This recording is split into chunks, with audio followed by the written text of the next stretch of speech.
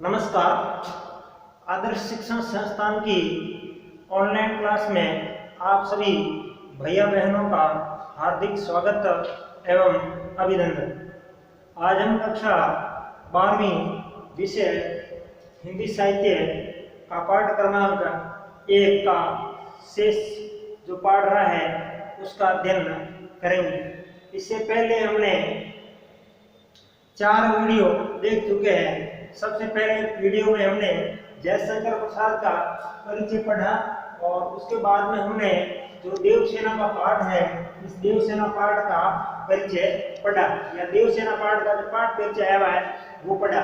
उसके बाद में जो हमारा ये पाठ है इसमें पूरे पद को हमने 3 खंडों में बांट करके पढ़ा। तो ये आज हमारा देवसेना गीत का अंतिम वीडियो है या कह सकते हैं देवसेना जो कविता है उसका अंतिम चरण है, पद है, उसकी व्याख्या या सारांश भावार्थ के बारे में अध्ययन करेंगे या समझने की कोशिश करेंगे।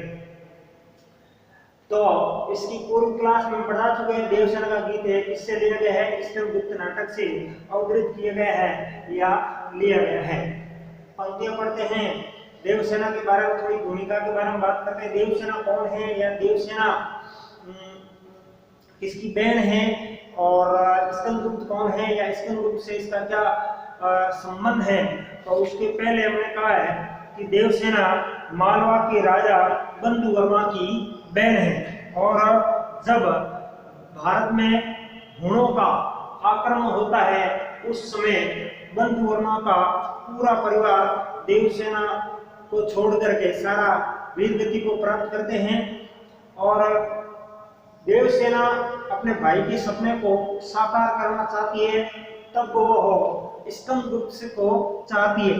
अब इस स्कंदगुप्त है यहाँ देवसेना को नहीं चाह करके और स्कंदगुप्त चाहते हैं वो धनकुबेर की कन्या विजया का सपन देखते हैं या उनसे प्रेम करना चाहते हैं। यह है मतलब उनकी भूमिका। त्रिकोणीय प्रेम श्रृंखला के बारे में अंतिम चरण में देखते हैं कि देवसेना को शुरुआत में तो जो प्रस्ताव है विवाह का या प्रेम प्रस्ताव नहीं मिलता है और बाद में अंतिम जीवन के अंतिम दौर में स्कंदगुप्त जब प्रस्ताव रखते हैं तब देवसेना मना कर देती है। उसकी आगे की पंक्तियों में देखो। चढ़कर मेरे जीवन रथ पर प्रलय चंद्रा अपने पथ पर मैंने निज दुर्बल पद बल पर उससे हारी होड़ लगाई। लौटा लो ये अपनी खाती मेरी करुणा आ खाती विश्व न संभलेगी ये मुझसे इससे मन की लाज गंवाई। क्या कहती हैं इसमें कवि जयशंकर प्रसाद ने देवसेना के भाववीर हृदय को संबोधित करते हुए या भावविभोर हृदय है उस हृदय को संबोधित करते हुए कहा है। क्या कहा है? देवसेना कहती है प्रलय मेरे जीवन रूपी रथ पर सवार है। प्रलय चढ़कर मेरे जीवन रथ पर अर्थात प्रलय है वो जीवन रूपी रथ पर चढ़ करके सवार है। प्रलय की स्थिति है, द्वंद की स्थिति है, किंतु अपनी दुर्बलता को जानते हुए भी और हार की निश्चितता का ज्ञान होने के बाद में भी मैंने प्रलय से संघर्ष किया। देवसेना को पता है कि उसकी हार निश्चित है।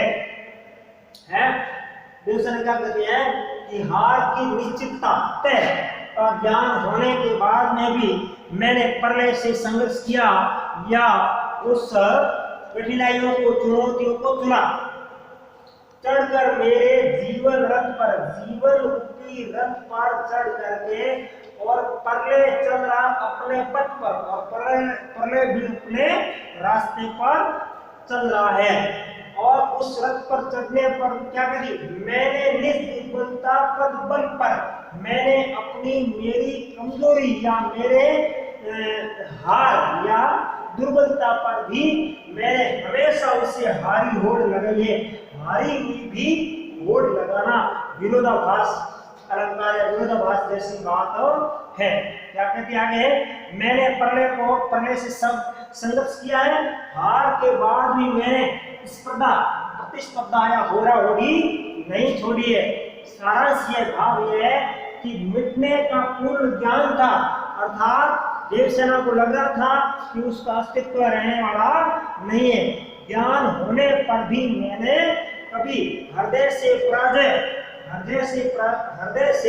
स्वीकार नहीं किया है, और वो जीवन की अंतिम चुनौतियों तक उस संघर्षों को करती है या संघर्षों को झेलती है कि उनका सपना किस प्रकार से साकार हो, अपनी मन की इच्छा पूरी हो।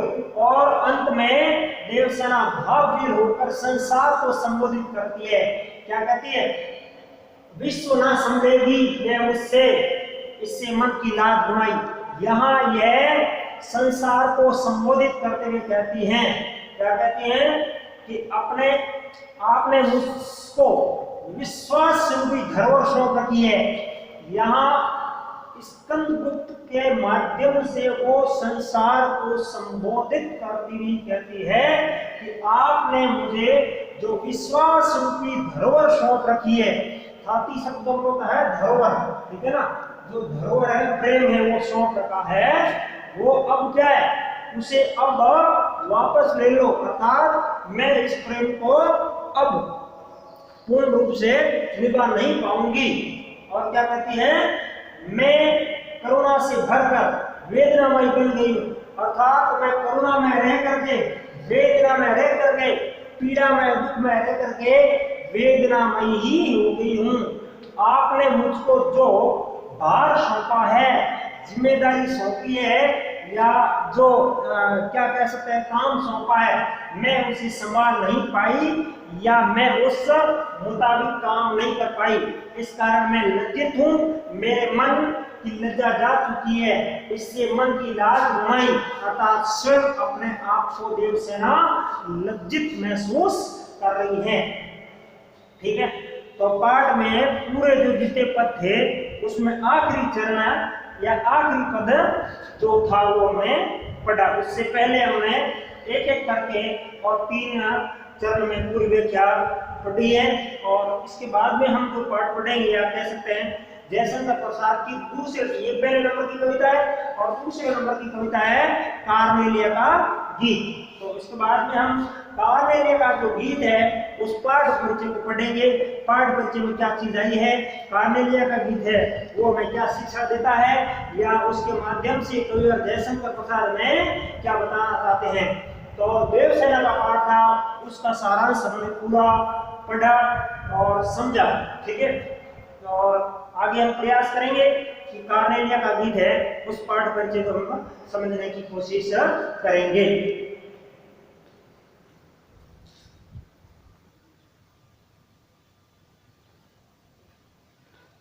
आगे की कड़ी में हम दूसरी कविता देखेंगे। जयशंकर प्रसाद जी की दूसरी कविता है कार्नेलिया का गीत। इससे पहले हमने देवसेना के पाठ को या देवसेना के गीत को अच्छी तरह से पढ़ लिया था। अब हम कार्नेलिया का जो गीत है उस पूरे पाठ का पाठ परिचय क्या है, ये पूरा पाठ परिचय है। ठीक है ना, इससे बाद में हम कविता पढ़ेंगे। तो इसकी भूमिका के बारे में कह सकते हैं, शुरुआती प्रस्तावना के बारे में कह सकते हैं।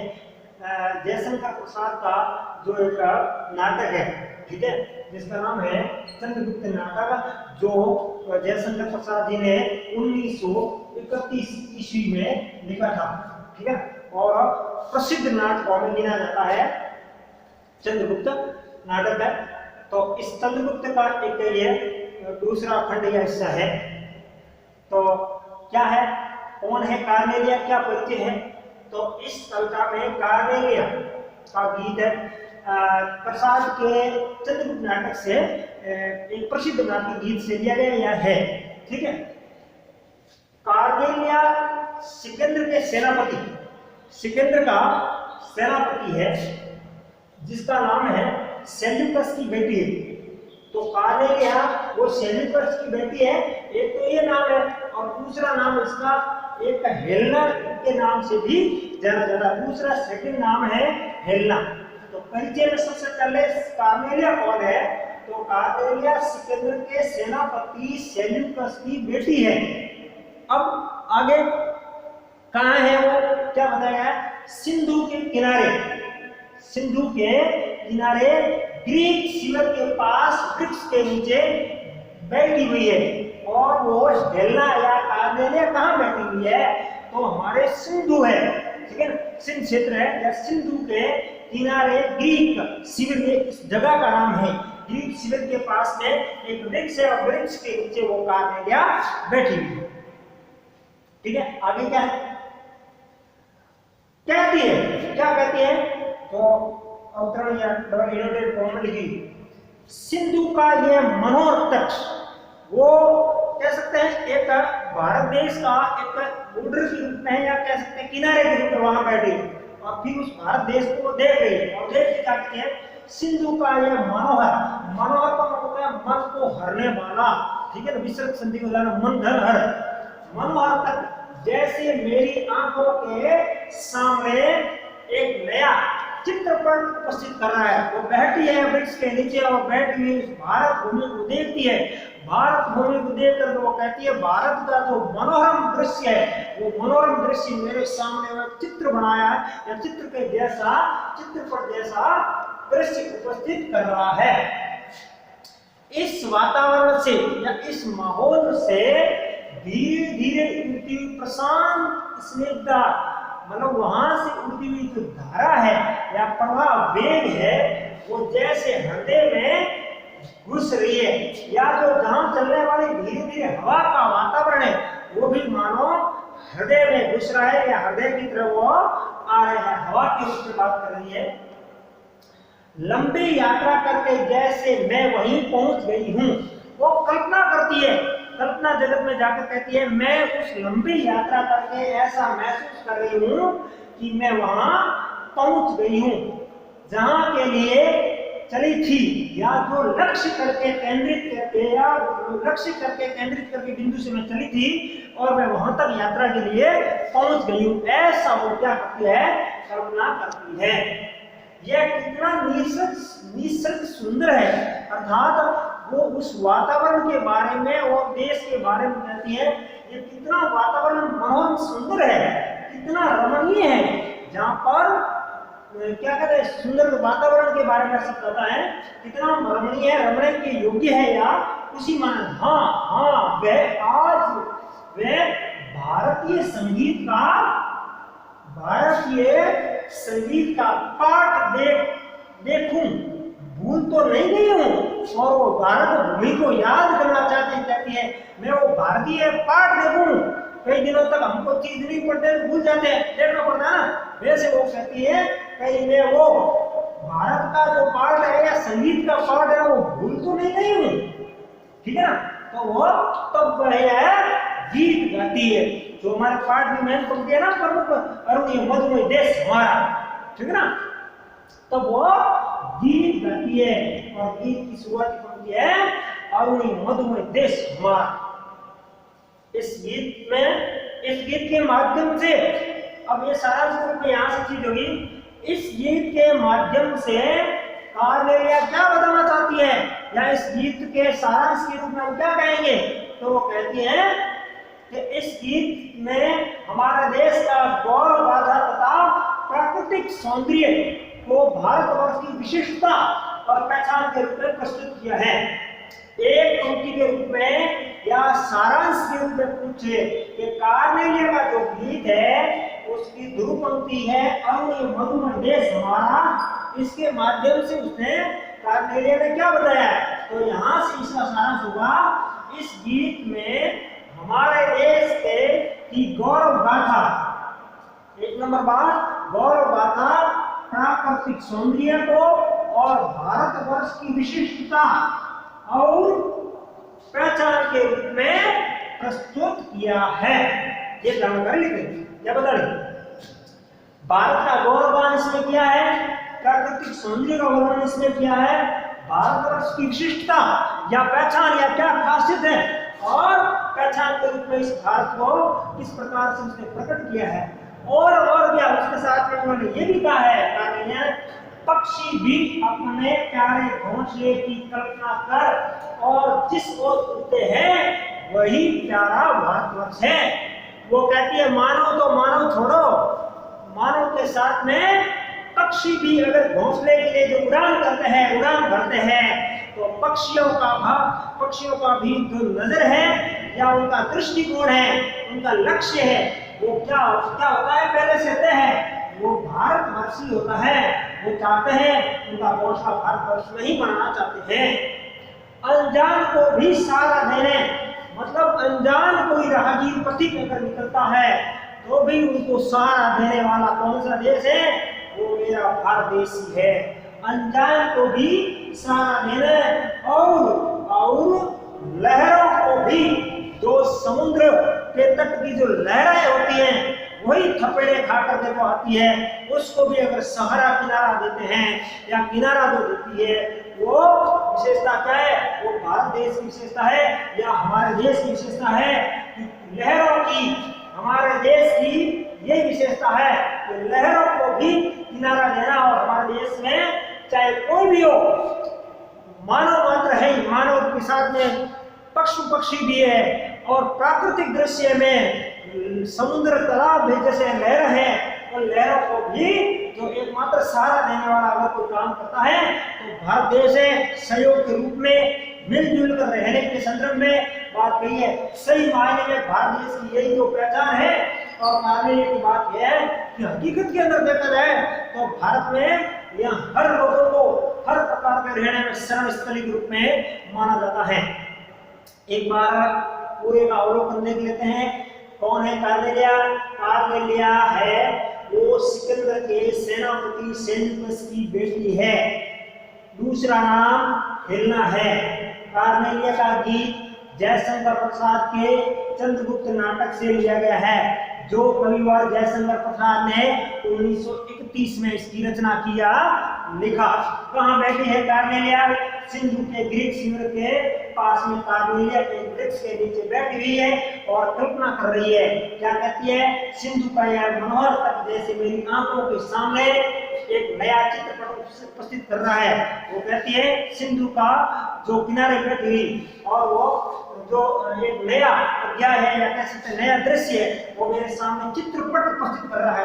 एक चित्रशाला बनाई हुई है, यानी एक ऐसा दृश्य बनाया हुआ है। इस वातावरण से धीरे धीरे उठती प्रशांत स्निग्धता, वहां की हवा, वहां का सुगंध, वहां का माहौल, वातावरण मेरे हृदय में घुस रहा है या वो महसूस कर रही है, फील कर रही है।